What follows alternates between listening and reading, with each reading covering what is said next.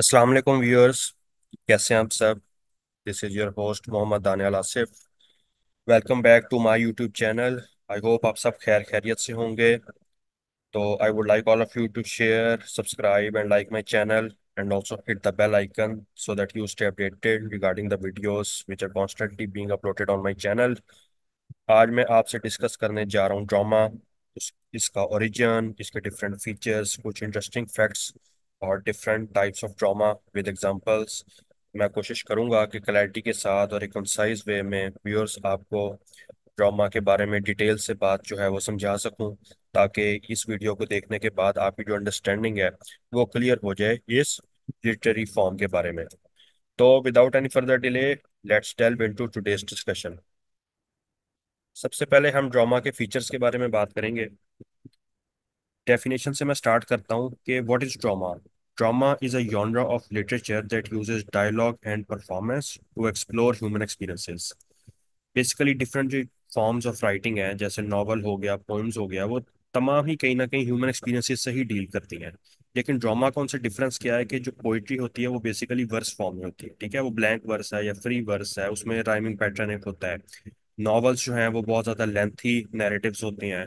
जो प्लॉट्स हैं वो डिफरेंट चैप्टर्स में, डिफरेंट सेक्शन में डिवाइडेड होते हैं, ठीक है। उसमें सेटिंग्स जो है वो बहुत डिटेल से आती है, कैरेक्टराइजेशन को लेंथी तरीके से डिस्क्राइब किया जाता है। बट ड्रामास में क्या है कि डायलॉग की शक्ल में जो है वो ह्यूमन एक्सपीरियंसेस को बयान किया जाता है। कि दो लोग हैं वो आपस में बातचीत कर रहे हैं और वो जो डायलॉग है वो आपके सामने आ रहा है टेक्स्ट की फॉर्म में। तो आपको ऐसे ही लग रहा है जैसे कि एक एवरीडे कन्वर्सेशन हो रही है लोगों के दरमियान। तो ये बेसिकली ड्रामे की खूबसूरती है। ड्रामा का रोल क्या है लिटरेचर में। Drama bring stories to life through live performance, ठीक है। ये एक सोशल कमेंट्री के लिए पावरफुल टूल है। बिकॉज जब ड्रामा परफॉर्म किया जाता है स्टेज पे, तो जो ऑडियंस है वो कहीं ना कहीं उसके साथ कनेक्टेड फील करती है कि यार ये तो हमारे ही एवरीडे एक्सपीरियंसेस को डिस्क्राइब कर रहा है। प्लॉट जो है वो भी ड्रामे के लिए चाहिए होता है, ताकि उसी से जो एक्शन है वो फिर फॉरवर्ड जाता है और जो कॉन्फ्लिक्ट है वो पैदा होता है, जिसको फिर रेजोल्यूशन की तरफ लेके जाना होता है। तो डायलॉग, जैसे मैंने आपको बताया कि डायलॉग ही वो प्राइमरी मीडियम है जिसके थ्रू करेक्टर्स जो है वो आपस में बात करते हैं और जो स्टोरी है वो अनफोल्ड करती है। कैरेक्टर्स को उनके एक्शंस, डायलॉग और इंटरेक्शंस के थ्रू डेवलप किया जाता है।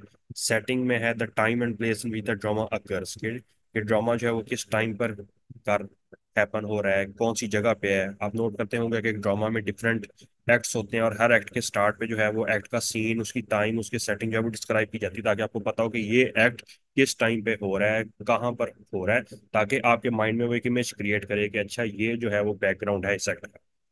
इसके बाद थीम्स जो हैं यूनिवर्सल थीम्स हैं, जैसे लव, पावर, मोरालिटी, ये आपको ड्रामास में मिलते हैं। कॉन्फ्लिक्ट, कॉन्फ्लिक्ट बेसिकली वो की एलिमेंट होता है, कुछ स्टोरी का ट्विस्ट होता है कि वो जब एक क्लाइमेक्स पॉइंट पे वो स्टोरी पहुंच जाती है फिर वो अपने रेजोल्यूशन की तरफ आती है। जो कैरेक्टर्स हैं उनके जो आपस में डिफरेंसेस हैं वो सामने उभर के आते हैं। उसके बाद जो है वो स्टोरी आहिस्ता आहिस्ता अपने रेजोल्यूशन की तरफ जाती है और वो जो कॉन्फ्लिक्ट्स हैं, वो जो डिफरेंसेस हैं, उनको एंड किया जाता है, रिजॉल्व किया जाता है।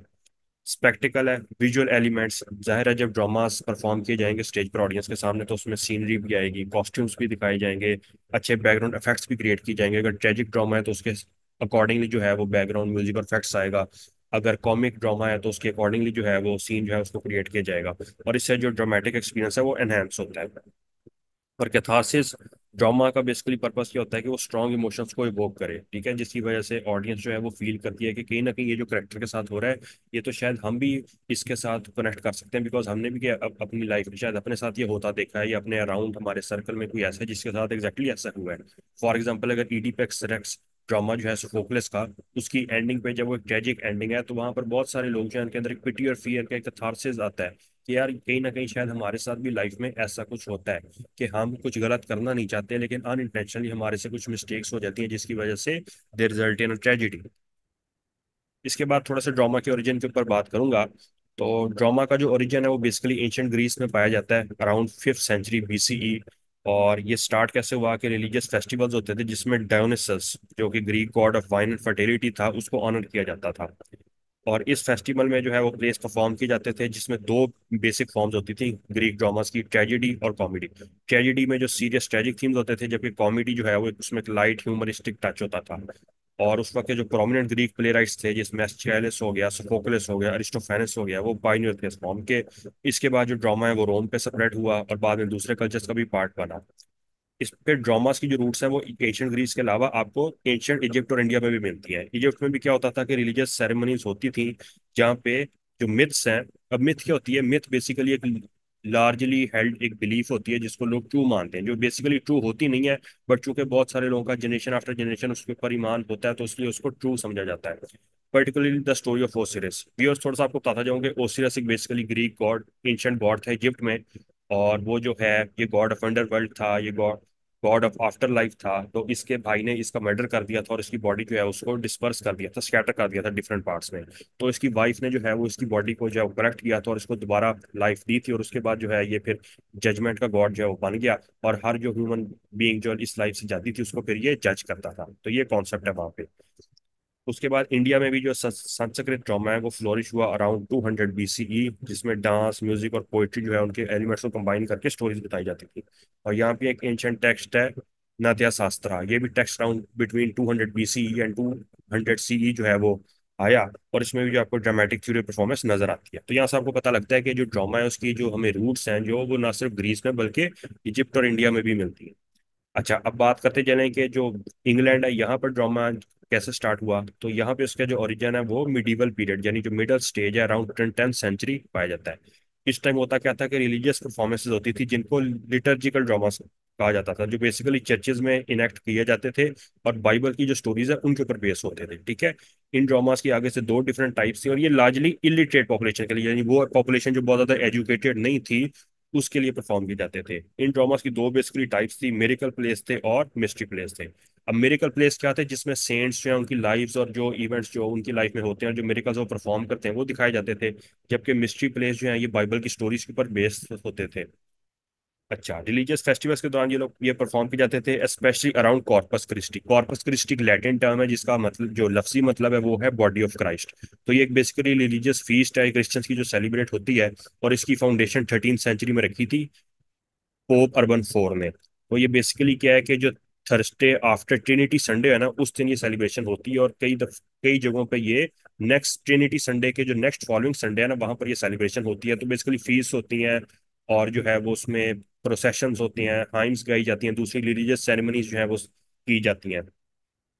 16th सेंचुरी के अराउंड सेकुलर एलिमेंट्स जो हैं वो इंट्रोड्यूस कर दिए गए थे, और फिर मोरालिटी प्लेस की डेवलपमेंट हुई। मोरालिटी प्लेस का मकसद क्या था कि मॉरल लेसन्स टीच किए जाएं सोसाइटी को, वाइसेस और virtues के दरमियान जो है वो डिफरेंशिएशन दिखाई जाए, what is good and what is evil ये बताया जाए। फिर जो इंग्लिश रेनाइसेंस का पीरियड है जिसमें रिवाइवल हुई, लिटरेचर की रिबर्थ हुई, उसके अंदर जो ड्रामास फिर फ्लोरिश हुए और उसमें प्रोमिनेंट प्ले राइट्स आए जैसे क्रिस्टोफर मार्लो और विलियम शेक्सपियर, जिन्होंने इस फॉर्म को उठा के नेक्स्ट लेवल पर पहुंचा दिया। इसके बाद व्यूअर्स कुछ इंटरेस्टिंग फैक्ट्स मैं आपसे शेयर करना चाहूंगा ड्रामा से रिलेटेड। जो थिएटर वर्ड है इसका जो ओरिजिन है वो ग्रीक टर्म थिएट्रॉन से निकलता है और जिसकी ट्रांसलेशन है सीइंग प्लेस। ठीक है, तो बेसिकली थिएटर में आके लोग जो है वो ड्रामा परफॉर्म होते देखते हैं तो ये सीइंग प्लेस ही बनता है। और मास्क जो शुरू में यूज किए जाते थे ड्रामास अर्ली फॉर्म्स में, उसमें एक मास्क का फायदा क्या होता था कि एक जो एक्टर है वो मल्टीपल रोल्स कर सकता था। मतलब अगर एक एक्टर है वो प्रोटैगनिस्ट है, वो मास्क पहन के ऑडियंस के सामने परफॉर्म कर रहा है, तो अगर कोई साइड रोल छोटा सा करना है तो वही एक्टर दोबारा मास्क पहन के आ जाता था, बिकॉज ऑडियंस ने कौन सा उसका चेहरा देखा होता था। द स्कीन स्पेलिंग पे गौर कीजिएगा, द स्कीन जो है वो ऑर्केस्ट्रा की बैक साइड पर होता था, और यहाँ पे जो एक्टर्स है वो अपने आउटफिट्स चेंज करते थे। जब उन्होंने रोल चेंज करना होता था तो जाहिर है उन्होंने फिर वहाँ पे अपने कपड़े भी बदलने होते थे। और जो है वो पिक्चर जो है वो ऊपर से लटकाई जाती थी बैकग्राउंड एस्टेब्लिश करने के लिए। और यहाँ से जो है वो टर्म जो सीन आजकल यूज होती है ना वो ओरिजिनेट हुई।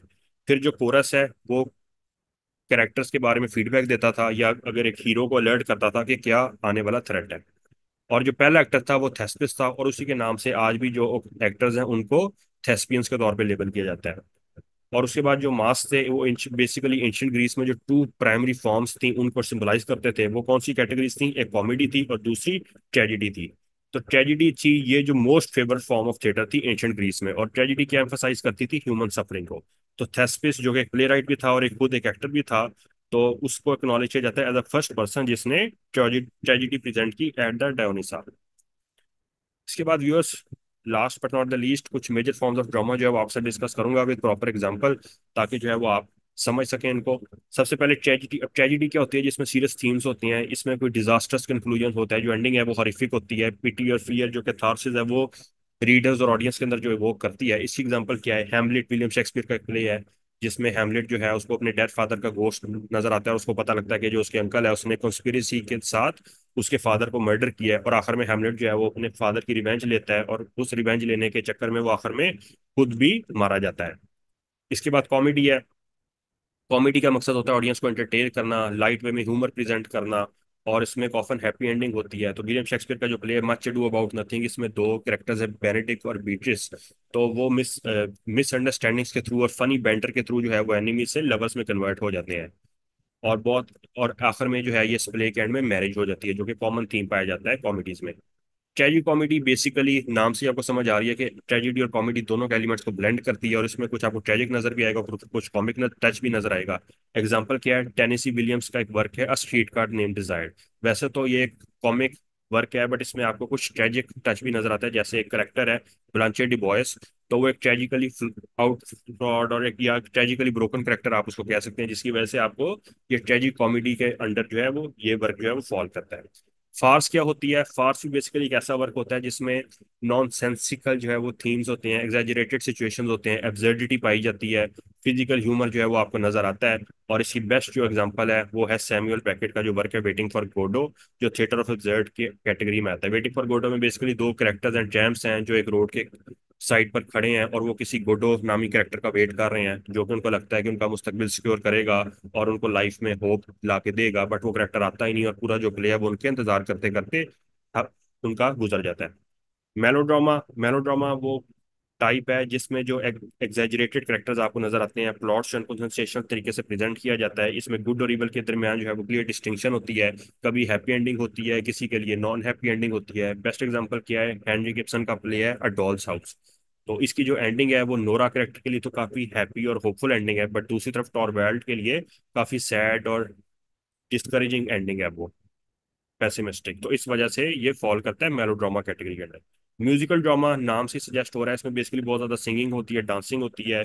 जो डायलॉग्स हैं वो बोलने से ज्यादा जो है वो सिंगिंग के थ्रू और जो है वो डांसिंग के थ्रू जो है वो पोर्ट्रे किए जाते हैं। और ये पर आपको टच नजर आता है, जो स्पोकन डायलॉग है वो सॉन्ग्स को भी कंबाइन करता है साथ, और एक्टिंग के साथ डांस जो है उसका भी मिक्सचर आपको नजर आता है। इसकी एग्जांपल क्या है, विक्टर ह्यूगो का वर्क है Les Miserables. Historical drama, as the name indicates, ये हिस्टोरिकल इवेंट्स के ऊपर बेस होएगा, और जो सिग्निफिकेंट मोमेंट्स हिस्ट्री में आई हैं या कोई बहुत आई कैचिंग इवेंट्स हैं या फिगर्स ऐसी सिंबॉलिक रही हैं उनको पोर्ट्रे करेगा। जैसे विलियम शेक्सपियर का प्ले है हेनरी फाइव, जो कि हेनरी फाइव की लाइफ के ऊपर बेस्ड है। फैंटेसी ड्रामा, फैंटेसी ड्रामा वो है जिसमें सुपर नेचुरल एलिमेंट्स आपको नजर आएंगे, आपको मैजिकल टच नजर आएगा, एग्जैजरेशन होगी, जो थोड़ा मैजिकल रियलिज्म आप कह सकते हैं, जो रियल से हट के थोड़ा सा, जिसमें आइडियलिस्टिक आपको एक वर्ल्ड दिखाया गया है, और ऐसी चीजें पोर्ट्रे की गई हैं जो शायद ऑडियंस को देखते पता लगे कि शायद ऐसा रियलिटी में पॉसिबल नहीं है, ये तो एक फिक्शनल टच है। तो फैंटेसी ड्रामा की एग्जांपल क्या है, विलियम शेक्सपियर का प्ले द टेम्पेस्ट। तो viewers, that was all basically about today's video. मैंने कोशिश की कि ड्रामे का ओरिजिन, उससे रिलेटेड कुछ इंटरेस्टिंग फैक्ट्स और ड्रामा की जितनी भी फॉर्म्स हैं प्रॉपर एग्जांपल्स के साथ आपको समझाऊं, ताकि इस वीडियो को देखने के बाद आपको क्लियर हो कि what actually is drama, how it originated in different parts of the world, and what are its different forms with proper examples. So I really hope कि आपको अच्छी समझ आ गई होगी. Do let me know in the comment section what you thought about today's video, and also recommend which topic would you like me to explore in my next video. I would like all of you to like, share, and subscribe my channel, and also hit the bell icon so that you stay updated regarding my videos being uploaded on this channel. अपना ख्याल रखिए, stay safe, stay blessed. आप सबसे मुलाकात होगी इंशाल्लाह अगली video में। तब तक के लिए अल्लाह हाफिज।